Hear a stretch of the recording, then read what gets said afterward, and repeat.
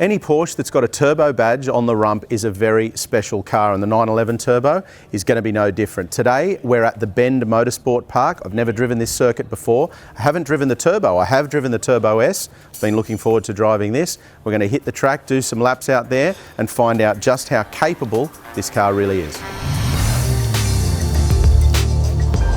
Turbo. It's a badge that carries a sense of reverence whenever it's fixed to the back of a Porsche 911, and in the case of the 2021 911 Porsche Turbo that we're driving here, it also asks a question that refers to another letter. Do you really need an S? As tested here, the 911 Turbo starts from $396,500 before on-road costs, which is nearly 80 grand less than its nastier sibling, the Turbo S. That's a lot of money for one letter, isn't it? The engine itself is a powerhouse, 427 kilowatts and 750 newton meters. 0 to 100 in 2.8 seconds, which is only 0.1 second slower than a Turbo S. Tailem Bend is a European-style circuit that really is as good as any in Australia. It's fast and flowing, and it's almost perfectly suited to a car like the 911 Turbo. Corner speed and hitting the apex is key, and the fastest way around a lap won't have drivers soaring at the wheel and making rash moves. The grip from the 911 Turbo is, as you'd expect, sensational. The forgiving way in which the Turbo soaks up a late brake application, tardy or imprecise turn-in, or enthusiasm with the throttle pedal at corner exit belies the precision of the car in the right hands. I really can't think of a car, and I've said this before, that's easier to drive fast than a 911 Turbo or Turbo S. The power delivery is incredible in launch control, obviously, but it remains a powerful force when you introduce corners.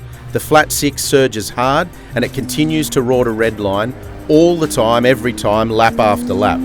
You ride that wave of torque. The exhaust note's fantastic, even though it is a turbo, and often turbos take away from that exhaust note, but we found at launch that the Turbo sounds fantastic on the racetrack. The throttle, the brakes, the steering, the chassis, they're all so connected, so responsive and so sharp. There's no hint of lag, and it definitely takes a lap or two to align your senses to how quick and how capable the Turbo really is. To find its outer edges would be so far beyond the capability of the average driver, including me, that you can just settle in and concentrate on driving it as fast as possible. You can probably find a hint of understeer like any all-wheel drive platform, but you'd need to go so far past driving stupidly to find it that you can consider it a non-issue. The other factor we found on track is that if you do stand on the throttle too early, the rear wheel steering makes correcting a slide ridiculously easy. Makes you look like you know what you're doing as well, so that's an added bonus. Well, as we thought, absolutely sensational performance, and I can tell you that one of the real privileges of this job is to get to drive a car like that, chasing race drivers who've won Bathurst around a circuit like the Bend. It's an incredible privilege. It's something we get to do often, and you really get an understanding of just how capable this 911 Turbo is. It's an awesome car, and perhaps most impressively, you can do what we've been doing on the track and then just get in it and trundle back home, no problem whatsoever. It's quite incredible what this car is capable of. Let us know what you think of the 911 Turbo in the comments section below.